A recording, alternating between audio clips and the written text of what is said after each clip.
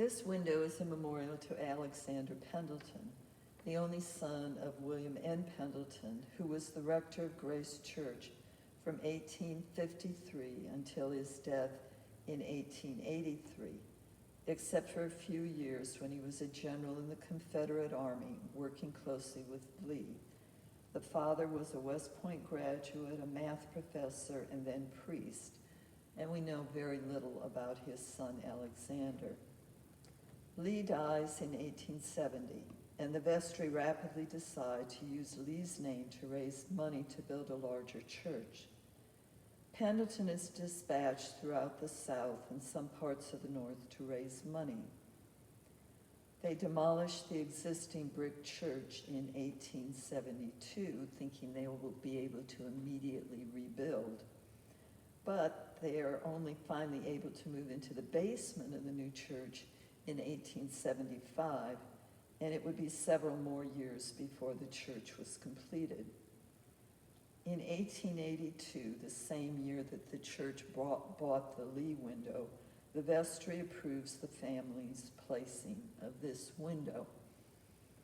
We'll start with the dedication at the bottom in memory of Alexander S. Pendleton, only son of Reverend W.N. and Mrs. A.E. Pendleton, born September 29, 1840, killed in battle at Fisher's Hill, Virginia, September 24, 1864. And like the other casualties that we'll see in the church, he was quite young. The panel on the left clearly depicts the Apostle John. You can see the book in his left hand, and in his right hand is the quill pen. He's obviously been writing, but what makes it clear that it's the Apostle John is the presence of the figure of the eagle, which the church adopted very early as a symbol for the Apostle John. On the right-hand side, we have a soldier. We're unable to identify just who that might be. It could be St. Albans, who of course was an English saint, or it could be St. Martin. We're just not sure, but it seems pretty clear that it was intended to be a saint because of the halo around the head that's comparable to the halo around the head of John. Here, partially hidden by the window itself, on the left-hand side it says faithful unto death, and on the right it says the beloved disciples.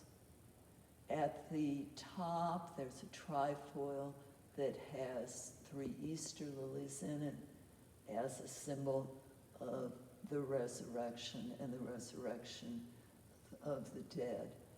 The rest of this window appears to be decorative without much symbolism in the window.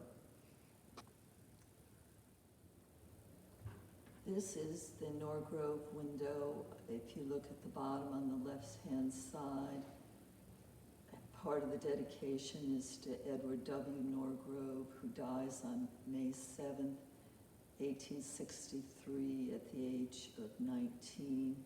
He enlisted when he was only 16. On the right is William H. Norgrove, who died 3 days earlier on May 4th, 1863, and he was 22. The Henry Norgroves were probably the first Episcopalians in this area. They were English, and he seems to have been a shopkeeper in Lexington.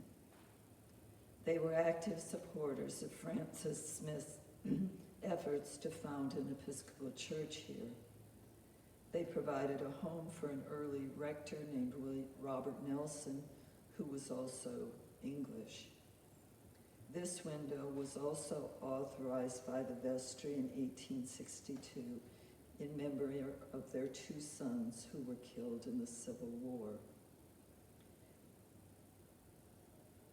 This is a educative window. Last week I told you that we did have a few windows that were primarily designed to educate, and this is one of them. I'm going to read you a passage from Ephesians 6 that's portrayed in this window. Finally, build up your strength in union with the Lord, and by means of his mighty power, put on the whole armor that God gives you, so that you will be able to stand up against the devil's evil tricks. For we are not fighting against human beings, but against the spiritual forces in the heavenly world, the rulers, authorities, and cosmic powers of this dark age. So put on God's armor now. Then when the evil day comes, you will be able to resist the enemy's attacks, and after fighting to the end, you will still hold your ground. So stand ready with truth as a tight belt around your waist, lower right-hand corner, righteousness as your breastplate, your shoes as readiness to announce the good news of peace. At all times carry faith as a shield, that's the upper right hand, for with it you will be able to put out all the burning arrows shot by the evil one. Accept salvation as a helmet, upper left, and the word of God as the sword which the Spirit gives you, lower left. Do this in prayer, asking for God's help.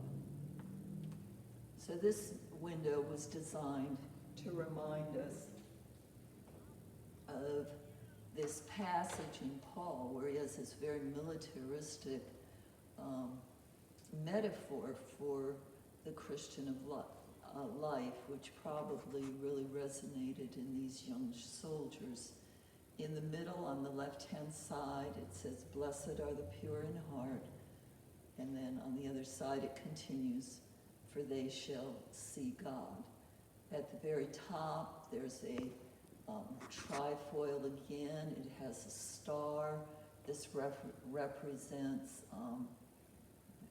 a passage in Daniel where it says that the righteous shall shine like the stars in heaven. So it's a resurrection symbol in this window. Again, the rest of the window appears to be totally decorative and doesn't seem to have any symbolic message for us. Is that true?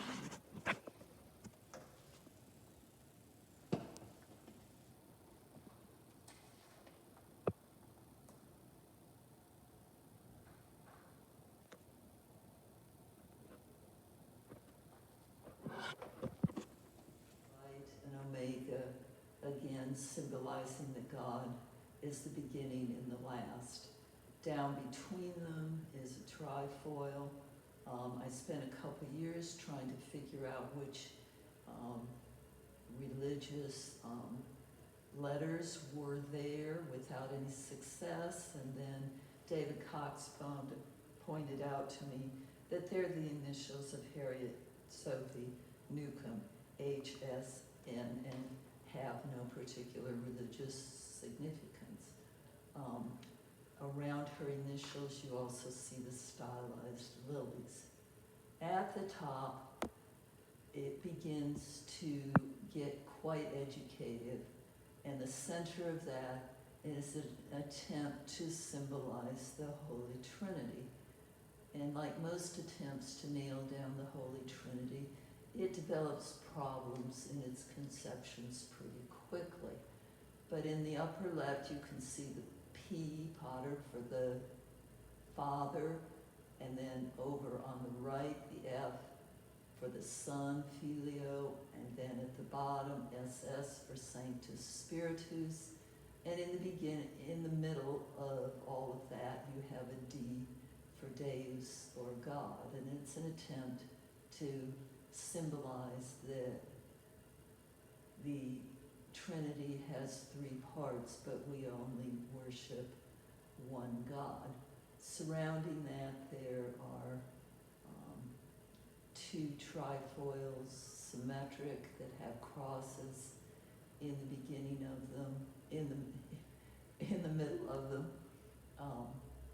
And again, the rest of these windows are primarily decorative without any particular symbolic significance.